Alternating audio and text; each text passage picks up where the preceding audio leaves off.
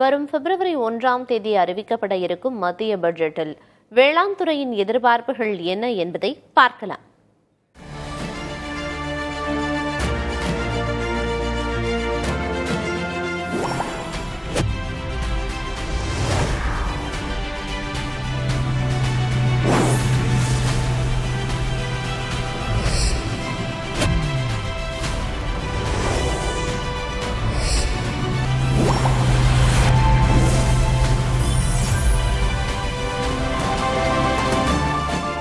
இந்தியாவில் அதிக வேலைவாய்ப்பை உருவாக்கும் துறையாக வேளாண் துறை உள்ளது. இந்தியாவின் மொத்த வேலைவாய்ப்பில் வேளாண் துறையின் பங்கு மட்டும் 45 விழுக்காடாகும். இந்திய ஜிடிபியில் வேளாண் மற்றும் அது சார்ந்த துறையின் பங்கு 18 விழுக்காடு. எனினும் உத்தரவாதமான வருமானம் இன்றி திணறுவதாக விவசாயத்துறையினர் வேதனை தெரிவிக்கின்றனர். ஆண்டுக்காண்டு வேளாண் துறைக்கான நிதி ஒதுக்கீடு குறைந்து வருவதாகவும், அதிலும் PM கிஷான் திட்டத்திற்கு பெரும் பகுதி நிதி ஒதுக்கப்பட்டு குறைவான நிதியே வளர்ச்சி திட்டங்களுக்கு ஒதுக்கப்படுவதாகவும் வேளாண் துறையினர் தெரிவிக்கின்றனர். அதேபோல் PM கிஷான் திட்டத்தின் கீழ் தற்போது ஆண்டுக்கு 6,000 ரூபாய் வழங்கப்படும் நிலையில் அதை 24,000 ரூபாயாக உயர்த்த வேண்டும் என்றும், அனைத்து வேளாண் பொருட்களுக்கும் குறைந்தபட்ச ஆதரவு விலையை சட்டப்பூர்வமாக்க வேண்டும் என்பது விவசாயிகளின் எதிர்பார்ப்பாக இருப்பதாக கூறுகிறார் விவசாய செயற்பாட்டாளர் மன்னார்குடி சேதுராமன்.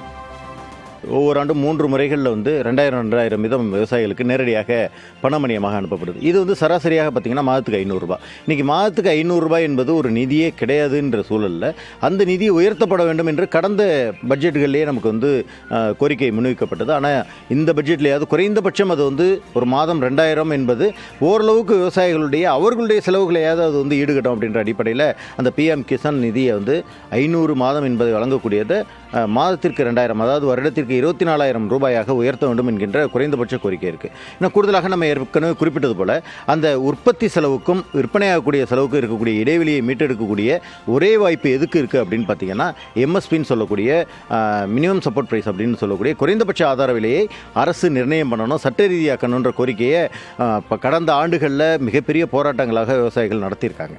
ஆனால் இன்றைக்கும் அதற்கான தீர்வு நமக்கு கிடைக்கல. கடந்த பட்ஜெட்டில் எதிர்பார்க்கப்பட்டது குறைந்தபட்ச ஆதார விலைக்கான சட்ட ரீதியான பாதுகாப்பு கிடைக்கப்படும் அப்படின்னு சொல்லி. இன்னும் கூடுதலாக சொல்ல போனால் ஒரு 22லேருந்து 24 பொருட்களுக்கு மட்டும்தான் அதற்கான இன்னைக்கு உணவுப் பொருட்களோ அல்லது தானிய பொருட்களோ அந்த 24 பொருட்களுக்கு மட்டும்தான் குறைந்தபட்ச ஆதார விலை என்பது நிர்ணயம் செய்யப்பட்டிருக்கு. அப்போ அது அந்த எல்லா விவசாய பொருட்களுக்கும் அதற்கான குறைந்தபட்ச ஆதார விலை என்பது நிர்ணயிக்கப்பட வேண்டும். அப்படி நிர்ணயிக்கப்பட்டது மட்டும் கூடாது, அதை அரசு அதை ப்ரொக்யூர் பண்ணணும். அதாவது அதை வேளாண் மையங்கள் மூலமாக விவசாயிகளிலிருந்து அரசு பெற்றுக்கொள்ள வேண்டும். அப்படி பெற்றுக்கொள்ளக்கூடியதிலிருந்து நீங்கள் அது தனியார் வைத்தோ அல்லது அரசு மூலமாகவோ மதிப்பு கூட்டப்பட்ட பொருட்களாக வெளியில் கொண்டு போகணும் அப்படின்றதான் எதிர்பார்ப்பா. நாட்டின் உணவு தேவையை பூர்த்தி செய்வதிலும் வேலைவாய்ப்பு உருவாக்கத்தில் முக்கிய பங்கு வகிக்கும் வேளாண் துறைக்கு நிதி ஒதுக்கீட்டை அதிகரிக்க வேண்டும் என எதிர்பார்க்கின்றனர் விவசாயிகள்.